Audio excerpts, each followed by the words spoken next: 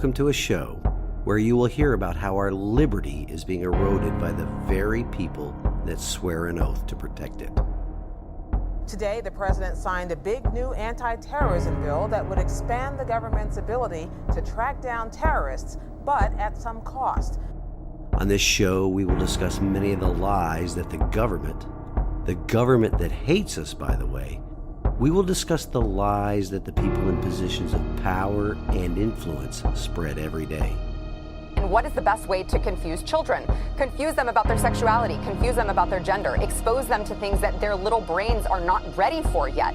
That is how they are confusing children. It is leading to chaos, and Big Daddy government, of course, can be there to pick us all up and take care of us at the end of it. We will also talk about how current elected leadership at all levels of government has been corrupted by power and control, as well as discuss the types of leadership needed to correct our republic's course. We the people. It was time to remember that we the people are the government. Providing assistance for the Ukrainians to defeat the Russians, that's the number one priority for the United States right now. I am your host, Larry Linton, retired U.S. Navy Command Master Chief and prior Tennessee House of Representatives District 12 candidate, and welcome to the Liberty, Leadership, and Lies podcast. Welcome to this week's show, ladies and gentlemen. Something is a bit different, isn't it? We'll talk about that in a bit. Things are so far so good down here in New Mexico. The temperatures have been quite tolerable up to this point. I am hoping they stay that way for the remainder of my time down here. Also, the fire alarm has not gone off yet during my stay. Yet. The hotel did lose water pressure for a bit the other day, but that was due to some nearby construction projects. Nothing wrong with the hotel itself. So, now let's talk about the elephant in the room. The programming alert released this past Friday and the new release day for episodes of this show. There are a lot of moving pieces happening with my current contract, along with the future contract that will greatly impact the schedule of this show. So mainly for that reason, my work schedule, as well as a couple others that I'll discuss in a bit, I changed the day of the week the show is released. Changing the day of the week my episodes are released will help deconflict my personal and professional schedule. So going forward, this show will be released every Monday morning, vice every Friday morning. This week is not a one-off event. If you follow me or the show on social media, this was not too much of a surprise for you. In addition to the changes in my work schedule, the show's schedule change will also serve to accomplish a few things. First, it won't serve to depress you before heading into the weekend with news about how our own government is working to erode our liberty. I want you all to enjoy your weekends and use that time to recharge, because hopefully you will listen to the show as soon as it's released on Monday mornings, and it will spur you to action throughout the week. Second, it gives me a bit more preparation time. Seeing as how I can now use my much more available free time on the weekends putting together the research and the material for the show. Most people, me included, are very busy during the work week. This Bidenomics economy is great, isn't it? But while I am out of town working with a client, it quite often left me little time to get everything together on a Thursday evening for the next day's show. And just ask Denise how my Thursdays were very frenetic when I am home and not out in the field. This schedule change will also allow me to more fully explore recording an actual video of the podcast instead of what is currently released on YouTube, Rumble, and Spotify. It may even be headed over to TikTok so I can better reach the generation of people who use that platform as their source of news and information. Enough about the schedule change, though. I want to let the audience know about the upcoming guests that I will have on the show. First, there's Mr. John Harris of the Tennessee Firearms Association, who agreed to an interview in late October. Second, Congresswoman Diana Harshbarger, Congressional Representative for Tennessee's 1st District. Her team and I are still working out the schedule for that Zoom call. There are also a few other people out there that I am waiting on return calls from as well. You know, it will be great to have Mr. Harris back on the program for the 3rd time. We will talk about the recently concluded special session of the Tennessee General Assembly, where trans-Republican Bill Lee was unsuccessful in his attempts to deprive citizens of their constitutionally protected right to keep and bear arms. We will also discuss what to be on the lookout for with the upcoming regular session of the General Assembly that kicks off in January 2024. There are also many moving pieces behind the scenes in what is shaping up for election season here in Sevier County next year. I'm not quite ready to discuss the particulars, but as I stated before, be sure and follow this show and to encourage your fellow residents of Sevier County to follow the show as well. This podcast will be the best source of information on election season here in the 12th and 17th Tennessee House districts. There is some general information I'm going to share that the voters should be aware of, and they are the key dates for the upcoming election season. There will be a presidential preference primary held on the 5th of March 2024.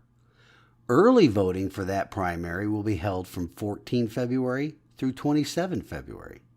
The federal and state and county general election will be held on the 1st of August 2024. Early voting for that election will be held from the 12th of July through the 27th of July. The federal and state general, as well as the Pittman Center municipal election, will be held on the 5th of November 2024. Early voting for that election will be held from the 16th of October through the 31st of October. A quickly approaching deadline is this. The 16th of October is the first day for the Sevier County Election Commission to issue nominating positions.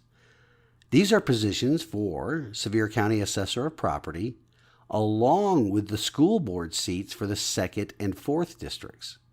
The incumbent for the school board's 2nd district is Mr. John McClure. Schools covered in his district, according to the board's website, are Boyds Creek Elementary, Pigeon Forge High School, Pigeon Forge Middle School, Pigeon Forge Primary School, and Sevier County High School. The incumbent for the school board's 4th district is Mr. Charles Temple. Schools covered in his district are, again, according to the board's website, Gary Hardin Academy, Seymour Junior High School, Seymour Senior High School, Seymour Intermediate School, and Seymour Primary School. Now, for the new folks listening to this program, you may or may not be aware of the shenanigans that the Sevier County Board of Education has been involved in for the past 3+ years. And that's only because we just discovered them during the past 3 years. The regular listeners are already aware, but they also need to take action. I just want to go on record that every single one of them that are currently serving on the Board of Education need to be replaced. It started with labeling, through their mouthpiece, Mr. Tony Ogle, labeling the parents and citizens of this county internet conspiracy theorists for bringing up concerns with the curricula available in our schools, along with actual evidence at public board meetings. To flat out ignoring the concerns of these parents while making statements such as, quote, "We lead very busy lives," unquote, when asked if they actually scrutinized the curricula purchases made in our county. So let me be clear on this. The currently serving elected officials of the Sevier County Board of Education do not, I repeat, do not feel that they work for the parents and citizens of Sevier County. They work for the people they are supposed to, according to their own policy as well as state law, manage and control all public schools under its jurisdiction. The employees of the school system directs the board members on their actions instead of the other, correct and statutory way it is designed. They all need to be replaced. End of discussion. Full stop. So, I am urging any resident of Sevier County that lives in school board districts 2 and 4, please step up to the plate, take a stand in the arena, and run for one of those seats. I will do my best to support any candidate for one of those seats that firmly believes in the sovereignty of the people to decide what is best for their child and their child's education. I will help you in any way I can. But enough about the incumbent Board of Education members, for now at least. I do not know enough about the incumbent Assessor of Property to take a position pro or con on whether he should be reelected or not. What I absolutely do believe in is that our county, our state, and our nation have to do something about unopposed incumbents running for reelection. If you want term limits for politicians, the voters must impose them ourselves through the voting booth. There is no way any politician at the local, state, and federal level will ever impose term limits on themselves. They will talk a good game, but when it comes to crunch time, like proposing and voting on legislation, all we the voters get is more of the same. It is up to we the people to impose those term limits every 2, 4, or 6 years. Now, moving on with information about the dates, as I stated, the 16th of October, which is just a few weeks away, is the first date to pick up petitions for those 3 positions in Sevier County. If you need to request an absentee ballot for the elections, the first date to request that is the 6th of December. On noon of December 14th, that is the qualifying deadlines for those 3 positions. January 15th, 2024, at noon, is the deadline to submit a candidate write-in for the election. And then February 5th, 2024, is the last day to register for the March 5th election. That date is very important, folks, as well as voting in that March 5th election. We all know President Trump is going to run away with a presidential preference primary. That is no excuse to not vote.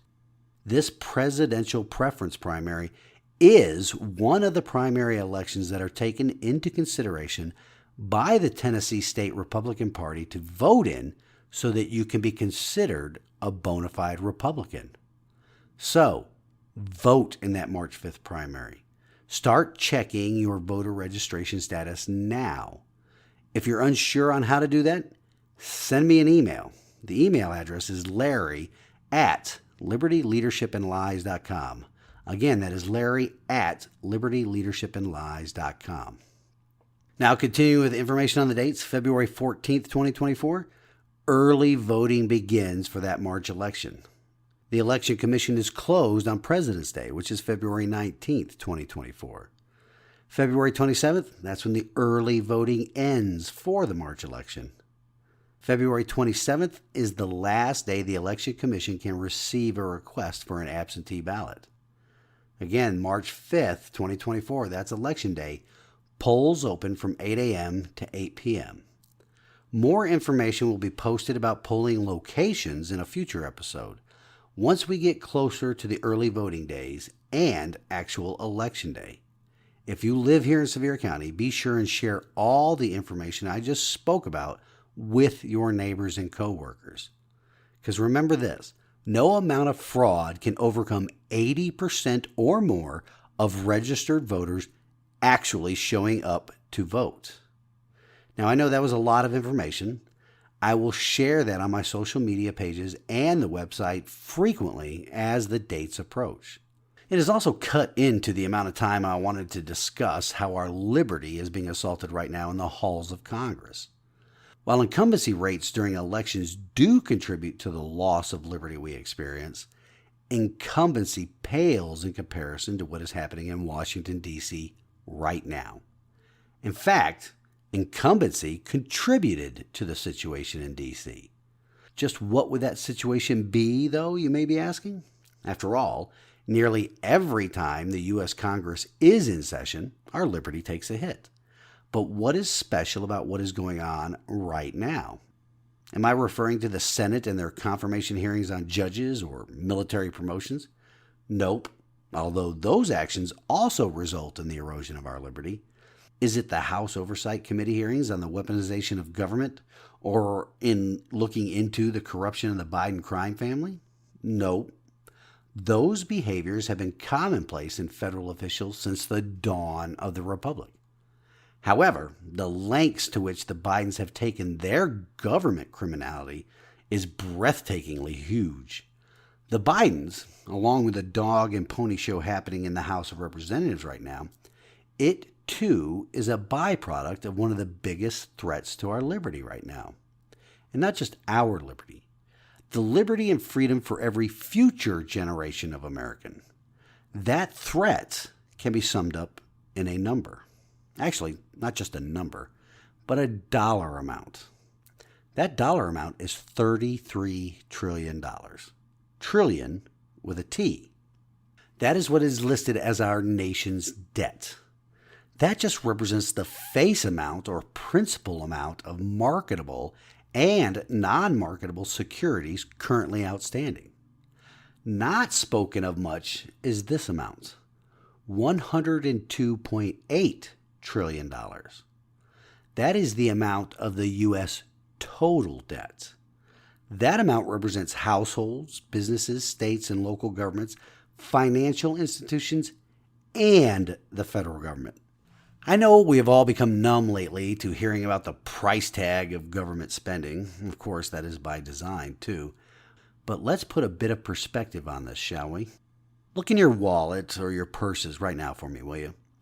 If you have a $100 bill there, pull it out and look at it. Probably hard to do that in the current economy we have, though, right?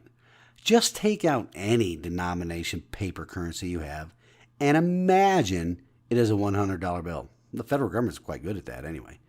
A stack of $1 trillion in $100 bills would be 631 miles high. That distance is 28 times higher than the orbiting International Space Station. So multiply that distance, 631 miles, times 33. Stacking our federal government's debt, which is really debt those clowns in Washington, D.C. incur in our names, stacking $33 trillion of $100 bills would get us a distance of nearly 21,000 miles.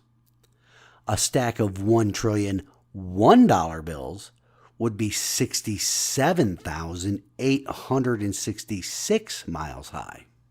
A stack of 33 trillion $1 bills would be nearly 2.25 million miles high, reaching well past the orbit of our moon.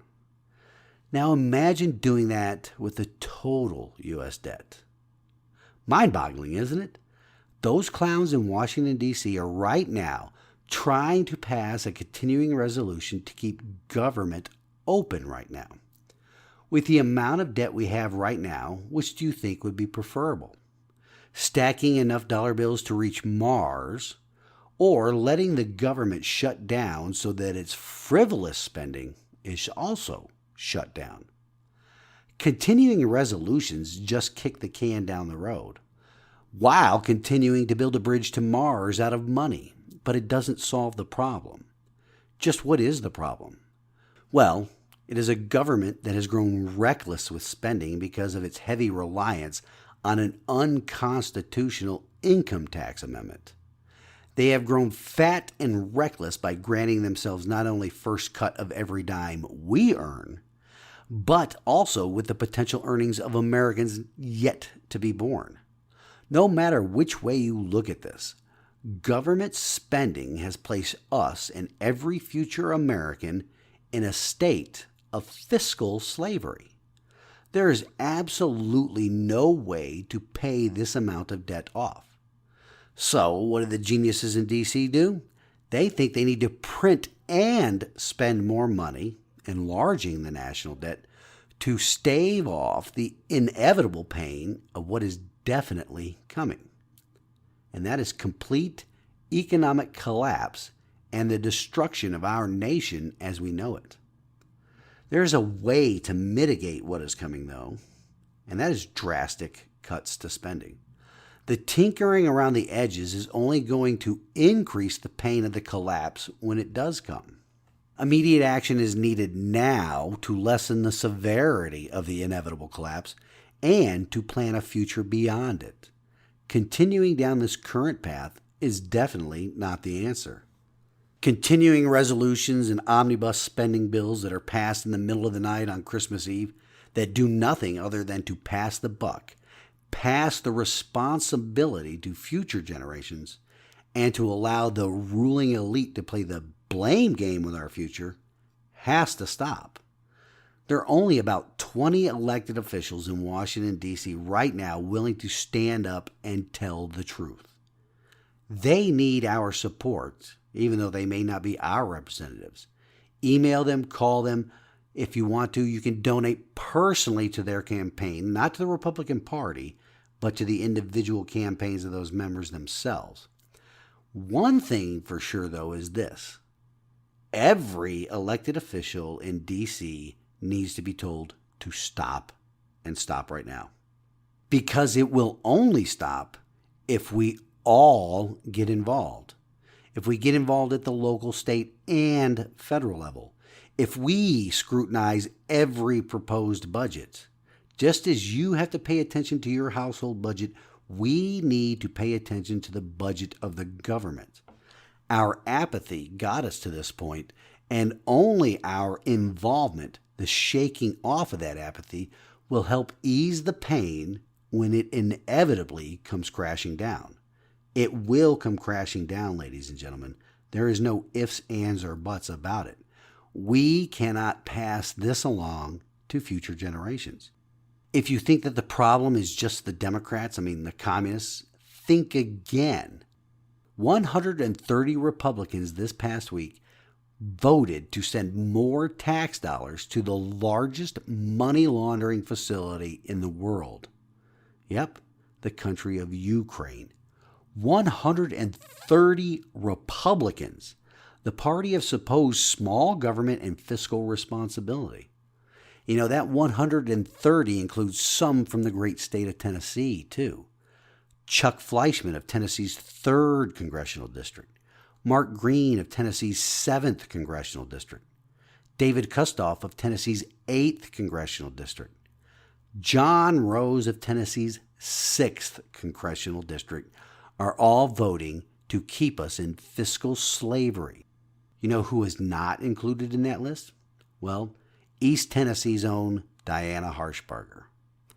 It just goes to show you, though, that you cannot trust even some federally elected Tennessee Republicans. I sure hope the people in those districts put a primary challenger up to those usurpers of our liberty. Well, that is all the time I have for this week, folks. In closing, we have this week's wisdom from God's Word, and today it comes to us from Proverbs 22:7. The rich rules over the poor, and the borrower is the slave of the lender. The ruling elite, those members of the new aristocracy at the state and federal level, have become rich off of the people's sweat equity and through the machinations of many political action committees and their deep pockets. If they haven't become rich monetarily, like the Bidens or the Menendezes out of New Jersey, they certainly have become rich in the consolidation of political power that comes from robbing us of our sweat equity and our liberty. What is happening in Washington, D.C. right now with the budget battle that is going on is this. The big moneyed interests, and this often includes overseas people, organizations, and governments, are fighting just a few stalwart representatives of the people that are trying to rein in federal government spending. Government spending that is fueled by our current and our future tax dollars. The politicians that are wholly owned and controlled by these quote-unquote special interests are right now using ominous terms like government shutdown or cuts to nutrition assistance and cuts to protections for clean drinking water and cuts to K through 12 education and cuts to life-saving medical research. And the list goes on and on. But you know what, folks? All of those programs I just listed, despite being outside of the federal government's Article 1, Section 8 enumerated powers, those programs have mostly served to enrich only a few people, like teachers' unions, or Big Pharma, or Ukrainian oligarchs and Egyptian businessmen. They have also enriched the federal government by consolidating the people's sovereign power into an out-of-control ruling elite. It has served to enslave the people. The federal government borrows money in the people's name, making us all slaves to the lender, the government. It isn't only those of us who are now alive and in the workforce, but future generations. With our nation reaching the unprecedented level of $33 trillion of national debt, we are headed to a disaster. That national debt of over $33 trillion, and climbing every second, that national debt translates to the federal government placing a debt burden on every legal citizen, yes, legal citizen, a debt burden in the amount of $73,500 each. That's man, woman, and child. Illegal immigrants only get to use the benefits of our tax dollars, not suffering under the oppression of paying those same taxes. But for you expectant legal citizen parents out there, this means that as soon as your child is out of the womb and breathing air, the government has put that baby boy or baby girl in debt by $73,553, creating another slave to the lender. Again, not spoken of very often is the U.S. total debt. That takes all debt in our nation into consideration. Federal, state, along with unfunded liabilities and personal debt. As I mentioned, that debt is a staggering $102+ trillion. Meaning those liabilities, which is government promised spending, has placed a liability per citizen in the amount of $577,505. Our government has created liabilities on all of spending in an amount that would, in essence, purchase every citizen in this country from birth to death their own home, and giving them enough left over to pay some of those property taxes that we must pay for the rest of our lives. How has it gotten to this point? Because of the apathy of the electorate. The federal government has turned itself into Santa Claus to appease and buy everyone's vote in this country. Well, folks, the money has run out. A long time ago, too. There is zero chance to ever reduce that amount of debt. It is cascading, which means that in order for the federal government to survive, taxes will always go up, and spending will never stop. In fact, spending will increase. We have allowed the tax and spend government to create slaves out of us in this self-licking ice cream cone. Every attempt must be made to try and mitigate this.